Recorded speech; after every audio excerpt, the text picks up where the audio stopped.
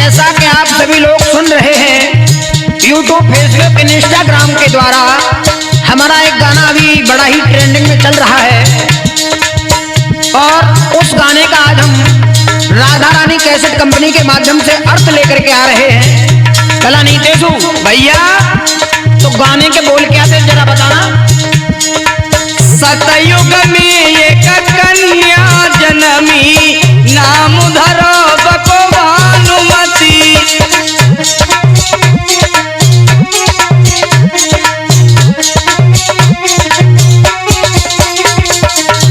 भैया कला नीतेशु यहीं रुक जाओ। गाना तो लोगों ने सुन लिया है, लेकिन एक एक कड़ी का अर्थ करते चले। बिल्कुल। सबसे पहले हम आप सभी लोगों को एक बात कह देना चाहते हैं, इन पहेलियों का कोई भी ऐतिहासिक या पौराणिक प्रमाण नहीं है। ये पहेलियां हैं और एक एक पहेली को अलग अलग विद्वान अपने अपने मत के अनुसार सुलझा सकते हैं और इन पहेलियों में हमारा क्या मत है, हम अपने विवेक से इन पहेलियों को सुलझाने का प्रयास कर रहे हैं।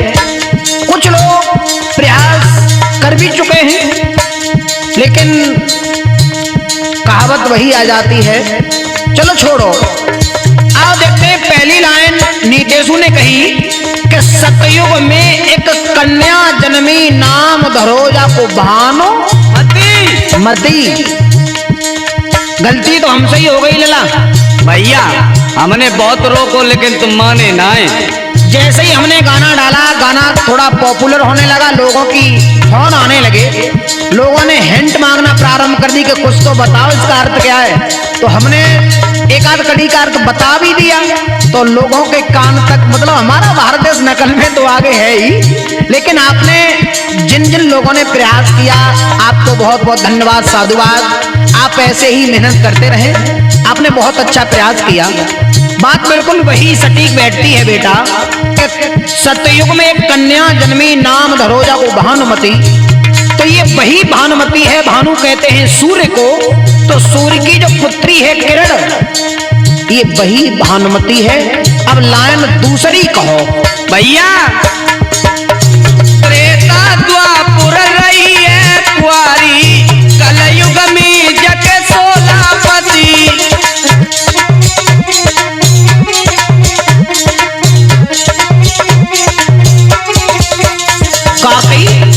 भैया त्रेता द्वापुर जब कुंवारी रही और कलयुग में आई कि जाके सोलापति। तो ये वही किरण है भानुमति, और ये किरण जो है ये है प्रकृति। देखो, त्रेता में भगवान श्री राम आए, द्वापुर में भगवान श्री कृष्ण आए।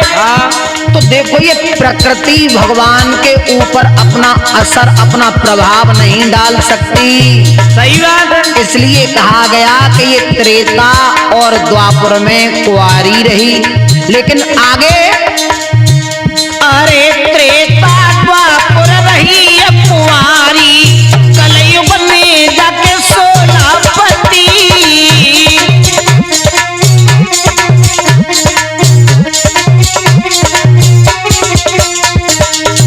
अब सोलहपति कौन से हैं, लेकिन कुछ विद्वान ये बता भी रहे हैं कि सूर्य की 16 राशियां हैं, लेकिन उन विद्वानों ने ये नहीं सोचा कि राशियां तो केवल 12 ही हैं। 16 कलाएं होती हैं, 64 विद्याएं होती हैं, और सूर्य के अंदर जो कलाएं हैं वो 12 हैं और 12 ही राशियां हैं। कुछ लोग 16 बता रहे हैं। मैं एक फेसबुक पर देख रहा था, उसमें कोई थे, वो बता रहे थे कि 12 राशियां हो गई और ये 4 युग हो गए। भैया ये बह बात हो गई, कह दे रामदेव भैया सुन ले, हमारे उम्र में लगी रहे और लोग कहावतियों कहते हैं, कहूं को ईट कहूं को रोरा और जब भानुमति ने पुनवा जोड़ा।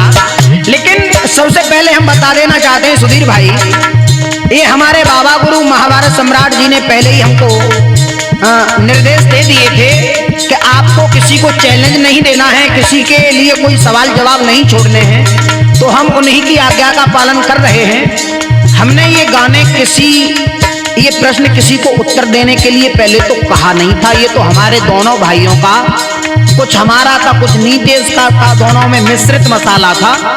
एक भाइयों का संवाद था और ज्ञान की चर्चा होती रहनी भी चाहिए। स्टूडियो में चल रही थी, सुधीर भाई ने कहा चलो माइक लगा देते हैं, तो ये यूट्यूब के द्वारा चलने दो आगे तक। सही बात है, लेकिन खैर कोई बात नहीं। देखो, वैसे तो स्त्री के 16 श्रृंगार भी होते हैं, 16 संस्कार भी होते हैं मनुष्य के, लेकिन जो 16 पति बताए गए, 12 कुछ लोग कह रहे थे भैया। अब हमने सुनी है क्या यूट्यूब पे लेटे रहे, तो हमने बस रिकॉर्डिंग सुनी, तो ये विद्वान आपस में चर्चा कर रहे हैं और वे ये कह रहे हैं कि जो राशियां हैं जो 16 हैं और अबे तक और आप बता रहे राशियां 12 है। सुनो, मैं आपको 12 राशियां बता रहा हूं बेटा। राशियां 12 ही हैं, 16 कलाएं हैं, 64 विद्याएं। मैं आपको बता तो रहा हूं बेटा, सुनो तो। देखो, मेष, वृषक, मिथुन, कर्क, सिंह, कन्या, तुला, वृश्चिक, धनु, मकर, कुंभ, मीन, ये केवल 12 ही राशियां हैं।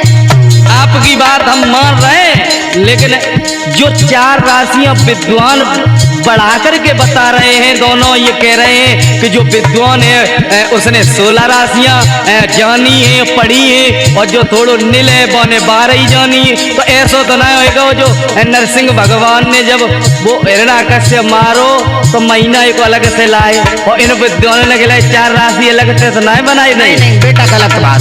देखो, जहां न पहुंचे रवि वहां पहुंचे कभी। उनके मत के अनुसार हो भी सकता। आप किसी के ऊपर कोई कटाक्ष न करें नीतीश। हम कटाक्ष नहीं कर रहे भैया, हम उन्हीं की बात का आपसे पूछ रहे। नहीं, राशियां भूल करके भी कहीं कह भी मन देना 16। हम नहीं कह रहे, विद्वान कह रहे हैं। खैर छोड़ो, उनका मत है और अपने अपने विवेक के अनुसार अपना अपना अर्थ लगा रहे हैं और लगाना भी चाहिए। ये बात सही है। अब रही बात 16 पति की, हाँ 16 पति की बात रही, तो देखो त्रेता में और द्वापर में वो कुंवारी इसलिए रही क्योंकि वो प्रकृति है। बिल्कुल, और प्रकृति का भगवान के ऊपर कोई प्रभाव नहीं होता है। नहीं होता है। लेकिन कलयुग के आते आते इसके 16 पति कैसे हो गए, यही बताओ भाई। शंका है, सुनो। 5 ज्ञानेंद्रियां, हाँ 5 कर्मेंद्रियां, हाँ